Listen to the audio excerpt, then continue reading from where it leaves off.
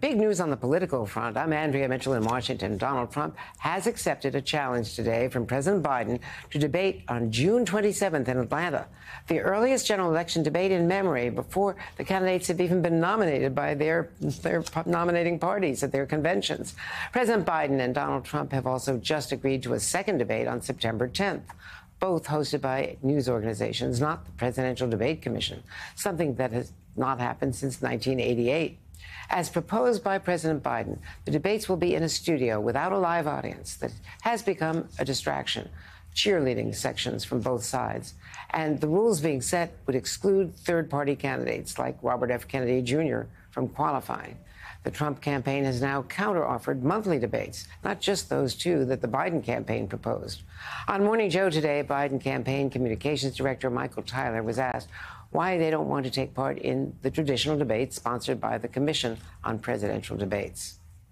They've been treating these debates more like spectacles rather than the substantive conversations between the two candidates with a chance to become president. We also saw in 2020 an inability of the commission to actually force the candidates to adhere to the rules, right? You had Donald Trump repeatedly breaking the rules. You had him skipping out on debates. So we want to make sure that we do this in 2024. We can do it in a manner where the rules are enforceable and that the American people have the opportunity to actually hear from the candidates before they cast their ballots. That's what we're putting forward here today.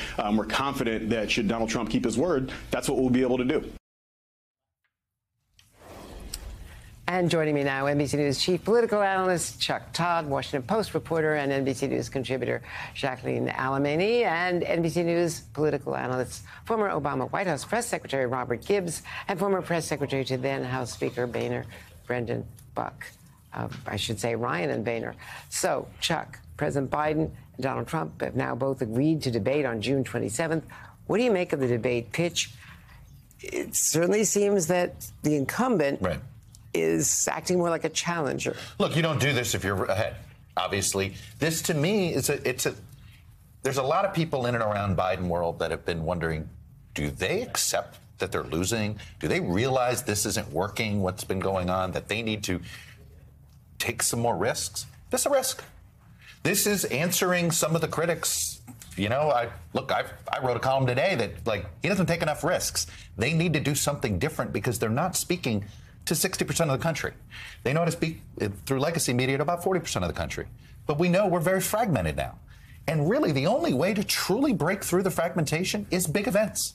So I think they're smart to do this because they need to change the direction of this campaign. This campaign, as it's going now, is losing. You have to change the trajectory. You need something different to happen. This is different. The eagerness with which Trump accepted, I think the Biden campaign's lucky that he accepted, because I think the Biden campaign really needs this right now. And Robert Gibbs, let's talk about it. Go big. Let's just posit here that the national conventions have not been as big and as widely viewed, as universally viewed as they used to be. So going big is a debate in a studio reaching a big audience. It is, Andrea, and I think there'll be a huge audience for this first debate, for both debates, really. Look, Biden was always going to have to debate. We knew that. I think it was smart to do this now. I'm a little less in the camp that Chuck's in about losing. I do agree with the risks.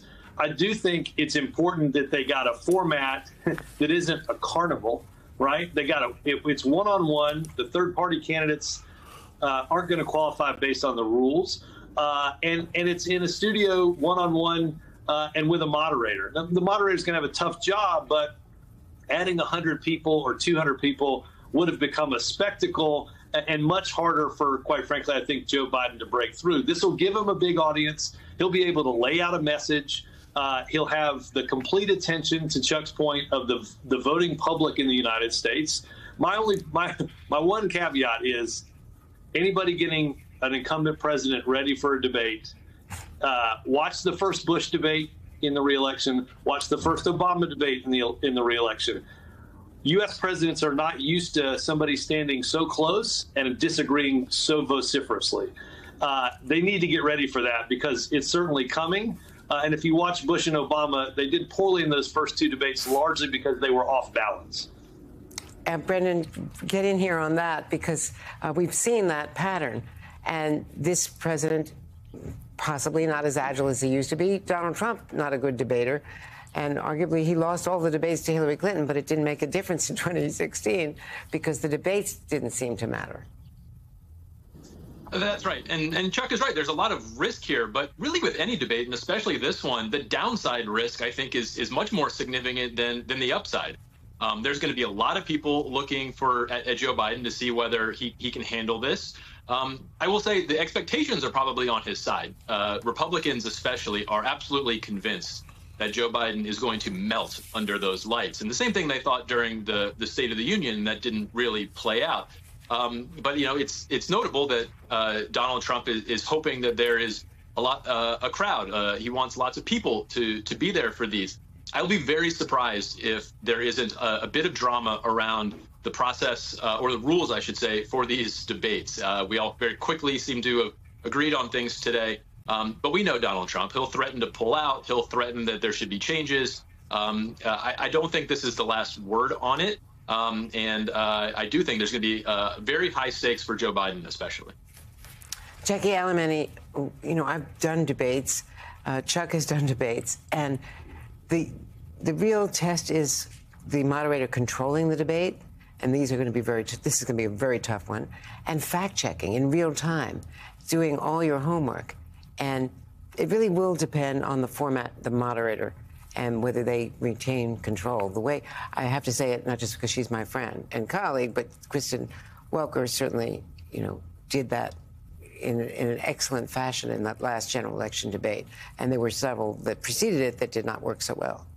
Absolutely. I mean, you two can speak to this far better than I can, but I think with the parameters around the type of environment these two candidates and the incumbent and the candidate have now established is going to allow for a sort of more controlled setting to be able to potentially fact check more. But at the same time, I think that this is going to be less about the facts, unfortunately, and more about sort of physical presence and this test of mental competence that the whole conversation around this campaign has really focused on right now. I think both candidates are eager to stand next to one another and prove, draw this contrast, at least that the Biden campaign has been trying to draw and trying to drive home that there shouldn't be questions about Biden's mental and physical fitness, and that if he's up against Trump, IRL, in the flesh, the American public will see that. I mean, just like we saw after his State of the Union, Biden's poll numbers